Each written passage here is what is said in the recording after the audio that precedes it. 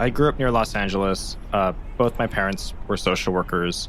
And growing up, I went to public schools that, like most schools in America, didn't teach any computer classes. And for me, like as a young person, I just felt like, oh my God, like if only I could figure out how these magical devices work, like this is where the secrets of the universe lie.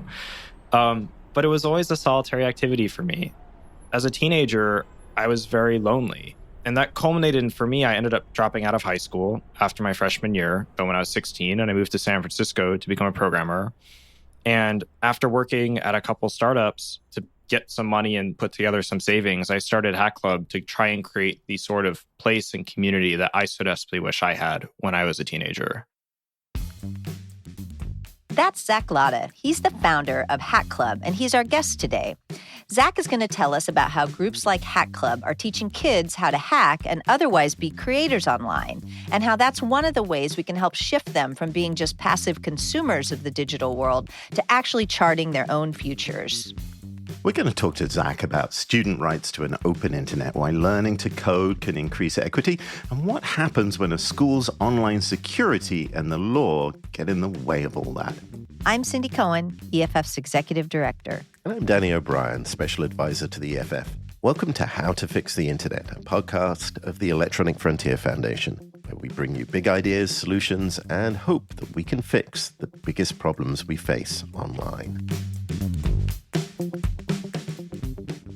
Zach, thanks so much for joining us. Well, thank you so much for having me. I'm so honored. I mean, growing up as a teenager, I just loved the EFF and everything the organization stood for. So it's a real honor to be with all of you here today. You reached out to EFF for help, and that's how we ended up really meeting you. Can you talk to us about what led you to do that? We are a network of teenagers all across the world who love building things with computers and run communities to try and bring teenagers together to make things with technology. And almost every month, we have a major problem where a school district just blocks Hack Club. And there is no worse call to get from a Hack Clubber saying, all right, I got 20 people in the room. We're trying to get started. Right. Hackclub.com is blocked. GitHub.com is blocked. Stack Overflow is blocked. How can we possibly run our meeting from here? Right. Because of this problem, kind of in a bit of frustration with some Hack Clubbers, I wrote a letter to EFF support line just saying, hey, like, is there any way that EFF might be able to help us with this? Because this is starting to be a thing where it's not like one school has this problem. It's like we have dozens of schools around America where just everything's blocked. So just to be clear here, this isn't just like you being blocked. This is like major informational resources, right? Oh, yeah. I mean, it's crazy. Like if you're a young person who wants to learn about computers and wants to learn how to code, you kind of need the internet to do that. And you rely on sites like Google, like GitHub, like Stack Overflow, like GitLab. Mm-hmm. I mean, there's a whole ecosystem that every single professional developer relies on every single day. And at a significant percentage of schools around America, all of these resources are just blocked, including hackclub.com. We run a club locally here in Vermont where we test out all of our stuff before we put it online and open source it. And I was talking with a Hack Clubber there where literally every single website besides School Classroom is blocked on their school computer. And this Hack Clubber isn't from a family with means, so the only computer that they have access to at home is their school-issued Chromebook. And as a result, he's like 6 weeks behind everybody else in this club and still hasn't gotten past the initial hurdle of building early websites. Obviously, what you're doing in Hack Club must be extremely subversive to be blocked in this way. What are you doing? What are these kids learning or failing to learn because they can't actually access the internet?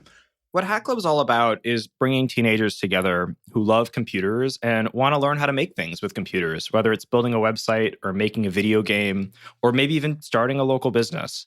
And most schools don't offer any curriculum or support around that. So what Hack Clubbers are doing is in their meetings, they're usually trying to learn HTML, CSS, JavaScript, or later on, more advanced languages like Rust, or recently there's a big movement around Zig, which is a new popular language.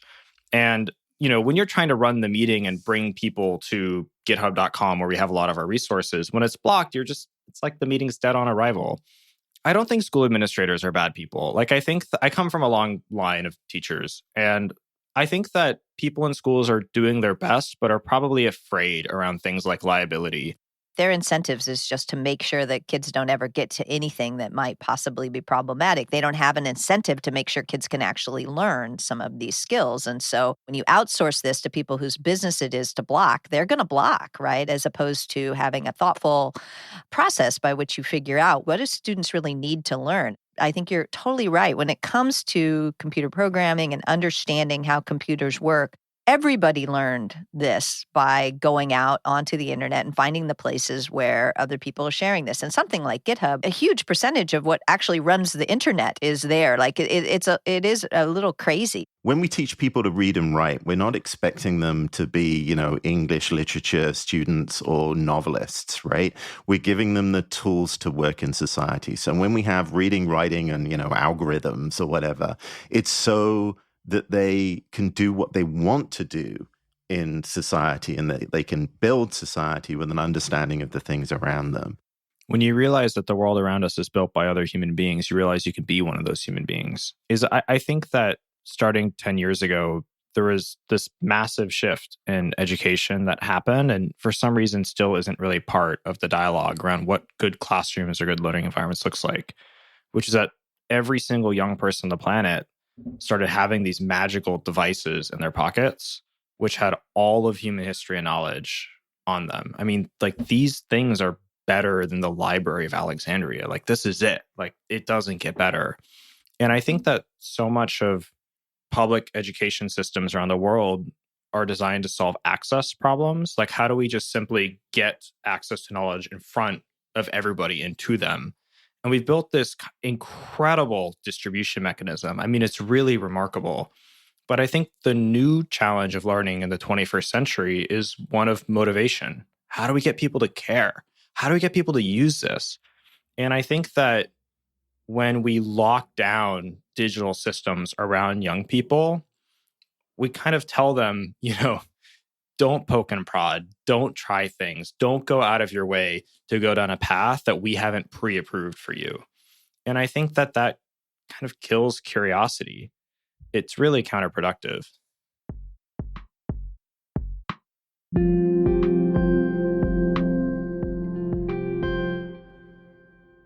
How much do you think of this is because you're called Hack Club, right? How much do you think is because people associate that with malicious hacking? I think it's maybe a small element. I mean, even though I think Hack Club as an organization is a little subversive in nature, I mean, we work directly with teenagers. We operate kind of outside of the system in some regards. Right. The schools that Hack Clubs are in, usually the school loves Hack Club because it's teenagers at their school who are getting together in a way that means that they're really engaged in their learning. Like we are one of hundreds of groups that run into these problems every single day. And I think this concept of students' rights, particularly on the internet, because it's so new, it's so technical, just for some reason, like isn't talked about at all, even though it affects young people more than almost any other decision made at their school. We've been talking a lot about blocking access to information, blocking websites and things like that. But I think you've seen problems with the devices themselves, haven't you? Yeah, I mean, increasingly, Hack Clubbers, the only device they have access to, either in meetings or at home, is a school-issued Chromebook. And one of the options on school-issued Chromebooks is to disable right-clicking and clicking Inspect Element. And like, you can't learn how to program websites without being able to do that. And like, this is such a real problem that we've had to build our own debugger to help with that. So just to be clear here, when you say right click, this is the thing where you have the second mouse button, and people always stumble on this by accident and wonder, what the heck have I done, right? And because you click and then there's a little menu, and it's for coders or for someone who wants to kind of like go a bit deeper, or of course, save an image, right?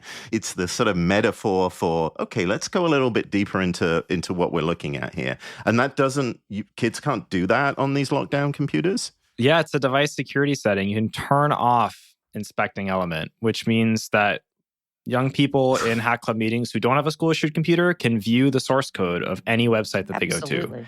And if you don't have the resources at home to have one and you only have the school-issued computer, you just can't.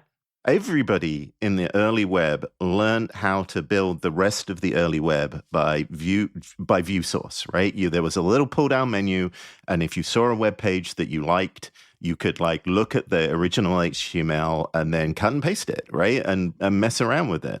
And you're saying that like kids just have to take what they're given now? You just right click and it's not an option. Holy cow. Ugh.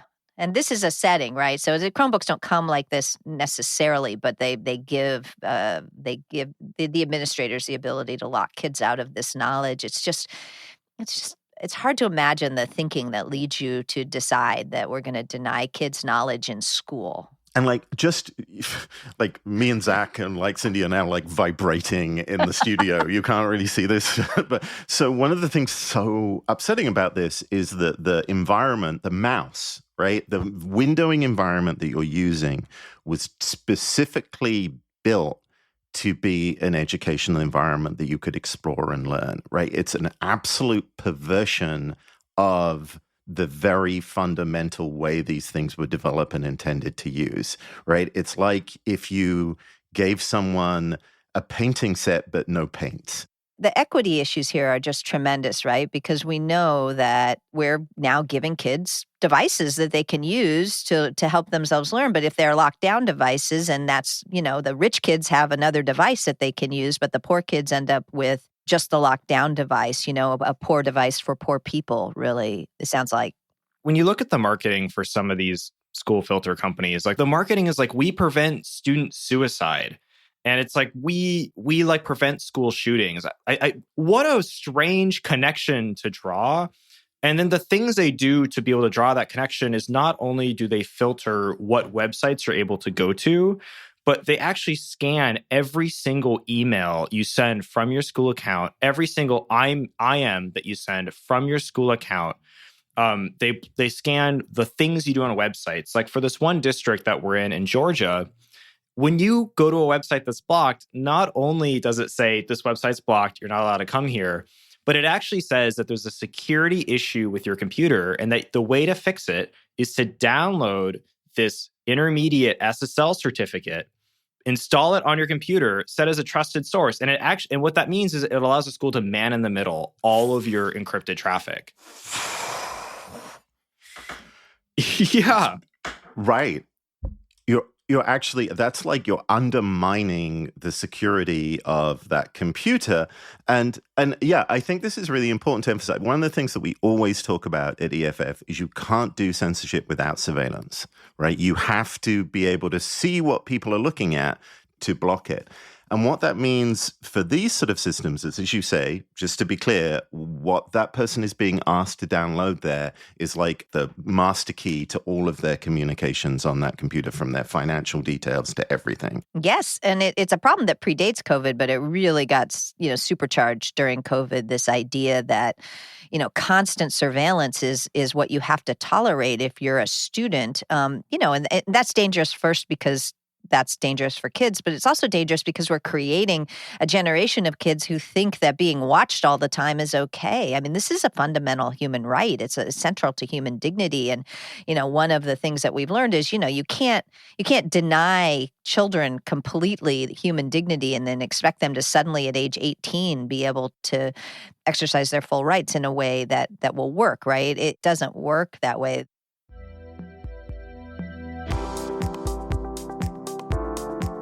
How to Fix the Internet is supported by the Alfred P. Sloan Foundation's program in the public understanding of science, enriching people's lives through a keener appreciation of our increasingly technological world and portraying the complex humanity of scientists, engineers, and mathematicians.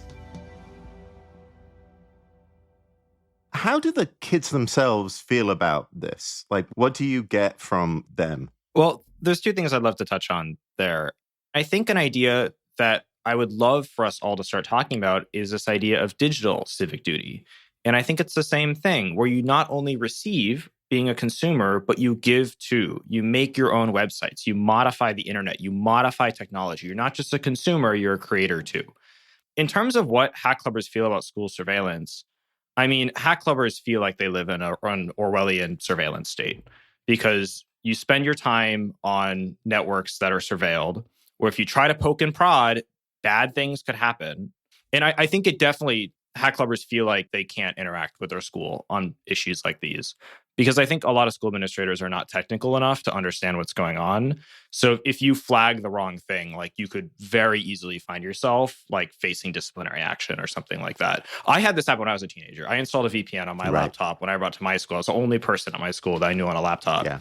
And I was pulled aside by the vice principal because they're like, why are you hacking our school? And I think it undermines trust because, first of all, you set the stakes, right? That the administration is kind of saying, we don't really trust you, so we're going to put this software. But then when kids who are curious and interested in this look into it, they realize that they're also being lied to. And I think it really undermines these values that we talk a lot about, like curiosity, like tinkering, like trying things out, figuring out who you want to be through like, trying to make things. When there's a consequence to these actions, which is the case when you have your like web activity filtered and then automatically reported in some cases, it means that suddenly trying to learn there could be a consequence if you Google the wrong thing. And I think that, in a place where we care a lot about independence and where we care a lot about helping people like become their own individual agents of change, I think that our digital environments that we create for young people inside of schools, I think kind of does the opposite. It tells you, no, like you're a consumer, keep watching Netflix, don't mess with your computer.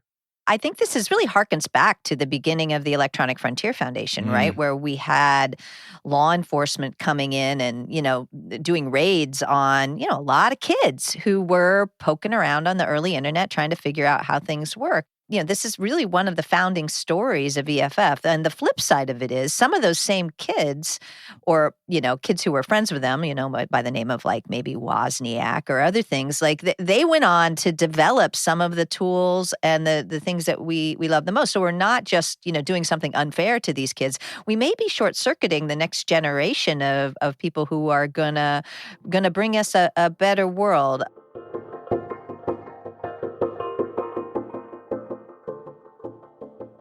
Let's talk about some of Hack Club's successes. And by the way, I just want to give you extra love for reclaiming the term hack for doing something good. This is, being a hacker, again, I'm an old school internet person. Being a hacker was being somebody who dug in deeply, tried to figure things out. And it might have been, not the prettiest thing, but actually made things work. And I think that somehow, we've lost that sense of the word and it's become, synonymous with evil. And so I really appreciate you reclaiming it and lifting it up. But that's just my little soapbox moment. But let's hear some success stories. What is Hack Club doing for kids? What are you seeing? Oh, I mean, it's incredible. Like there's a hack clubber who wrote an entire game engine in Rust. I was talking with a hack clubber who like built a whole clone of Minecraft in Rust where they made the OpenGL calls themselves. But the thing that I think is really important about Hack Club for the people who are in it, beyond just the coding and beyond the socialization, is I think that for hack clubbers, coding isn't just a way to like make video games or make a personal website or I don't know, get a job in the future. It's like a form of self-expression. It's like, this is a place where I can be myself, where I can get what is in my head out on paper. It's like a thing that gives you power and an agency as a young person that you don't really find in school and don't really find in other activities around your life.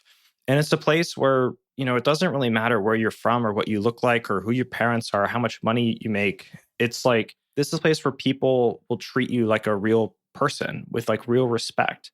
And I know for me, when I was a young person, I was really desperate for that. As you talked about this, I was thinking about the early days of the web and the internet. And I suddenly thought to myself, it's not just Hack Club. It's not just these places where kids gather. I think a huge chunk of the positive sides of the internet were built by kids, right? Or built by teenagers. I think of Aaron Swartz, right? Who very close to EFF. I mean, me and Cindy knew him well. Wow. He's a personal hero of mine. Right. And when we first met Aaron, he was hacking on the fundamental code that was building the internet with Tim Berners-Lee at I think he must have been 14. Lots of people start out at that age. And the other thing is, and I think this goes to the heart of what we try and talk about on this show, is you're modeling the positive future of the internet. And it's driven by people wanting to build that, wanting to build that for themselves. I mean, do the kids you talk to, do they think about this more widely? I think coding's like the glue. It's like the thing that brings everyone together. But the magic is in all the why questions, because Hack Club's a space where people ask questions like, who am I? Who do I want to be? Like, what is this world I live in? What is my relationship with it?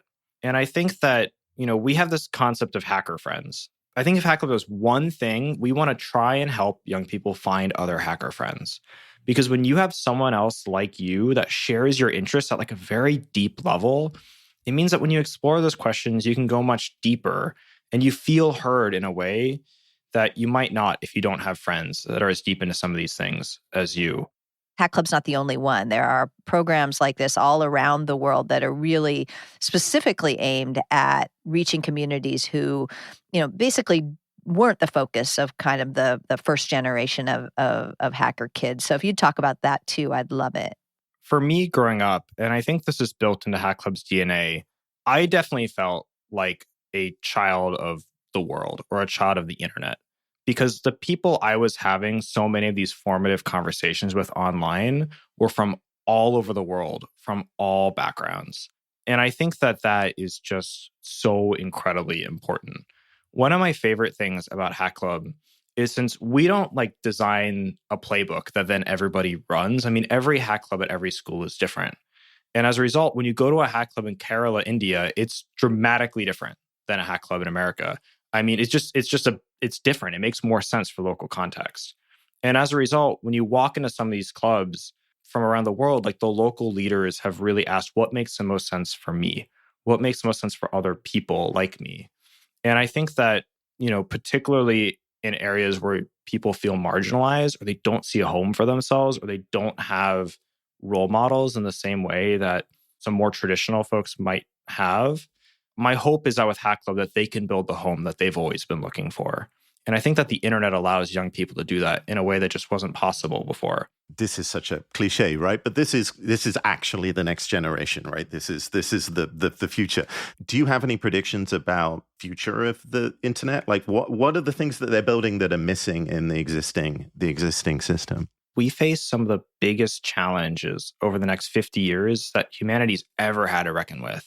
And I think that we need a generation of young people who not only, have real hard skills, like they can actually do something from like a builder perspective around these huge challenges, but they also have the right mindset and network to think a little bit differently. The mindset is that if there's a problem, like what does it take to fix it? It's very actionable rather than feel like, we are born with problems and we will have to deal with these problems. There's nothing that we can do about it. It's a very like empowered mindset. Like they kind of see technology not as an end in itself, but as a tool for every single thing needed to build amazing communities in this new world that we live in. Oh, such a good vision. So let's jump to that future. What does it look like if we get this right? If we unleash all the hack clubbers and the other kids who are, using technology, envisioning technologies to build a better world than the one we have now. Take us to that world. What does it look like? I don't know if this is too big of an idea, but like I want to live in a world where there's a hacker president. But in more concrete terms, I want all the innovative, exciting stuff to be open source, because it means that suddenly the people who can engage with it isn't everyone who can afford to buy a license to their company, but it's every single person who has technical knowledge in the entire world and internet access. Yep. I want to live in a world where the constraints of location, of locale, are smaller than ever before. And what I really love about this vision is that it really is about a movement. I think one of the things that it distresses me about the stories coming out of the early internet is they all seem to be like one guy who did one thing, and honestly, they're almost all guys and guys of a certain color. And I think that this way of storytelling, I'm not sure it was actually all that true for those of us who lived through it, but this single person narrative is not actually the narrative of good change, and that you're working to try to build communities and networks so that we get past that. And I think that one thing that really helps with that is the open source movement and the open source community, because it means that if you are coding on like real projects, the connection between you and the person that wrote that line of code is closer than ever. And you see, wow, like projects like Ruby on Rails, they weren't built by one person. They were built by like 2,000 people. And you see that Similar things with big projects like Firefox, big projects like Rust, like these are things that take tribes. Yeah, and let's just double down. We got to get those obstacles out of the way. Kids need to be able to access all the information. They need to be able to right click on their Chromebooks and view source and all of these things. And the role of that, which sounds like funny little geeky things, is it's central to how we get from here to there. Well, thank you so much, Zach. I look forward to not only seeing what you have to come up with in the future, but seeing the next 20 years of what these kids produce. Thank you so much for having me here. Like, it is such an honor to be able to join you in this conversation. It is such an honor for Hack Clubbers to have their story and their struggles be a part of the conversation. And for the work you're doing, I mean, like, thank you.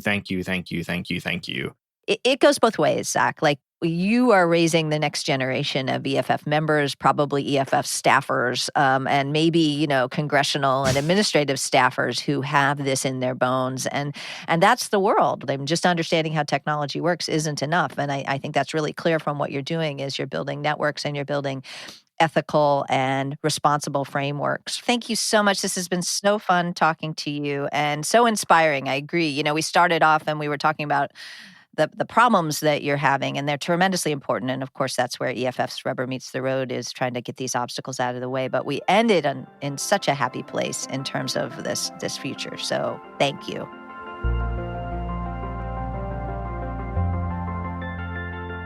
I so appreciate hearing about optimistic young people finding, using, and building the tools to make things better, and the role that the internet is playing in both helping them connect and helping them really build this into a movement that is going to build the tools that are going to make a better internet in the future. So much of this talk of the surveillance and the censorship of children is wrapped in this idea of keeping them safe.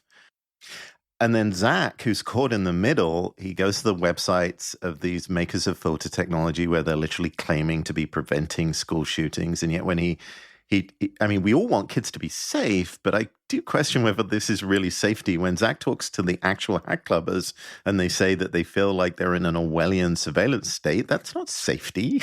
No. And, I think school administrators, it's just clear that they're outgunned here, and we need to really support them in recognizing, what kids really need to grow.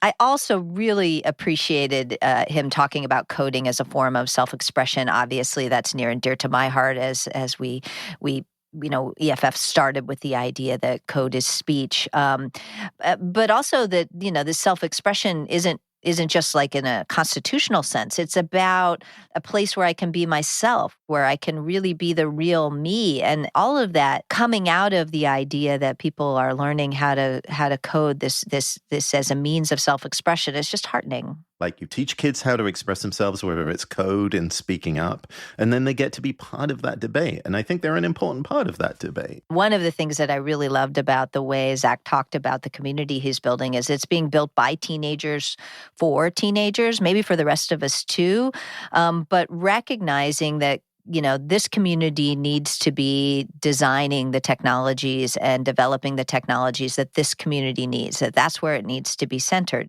It reminds me of the conversation we had with Matt Mitchell, where he talked about communities needing to build the tools that they need, whether they're in, where he was in Harlem or, in a rural area or somewhere around the world. This community empowerment works not only in geography, but also difference between being a kid and being an adult.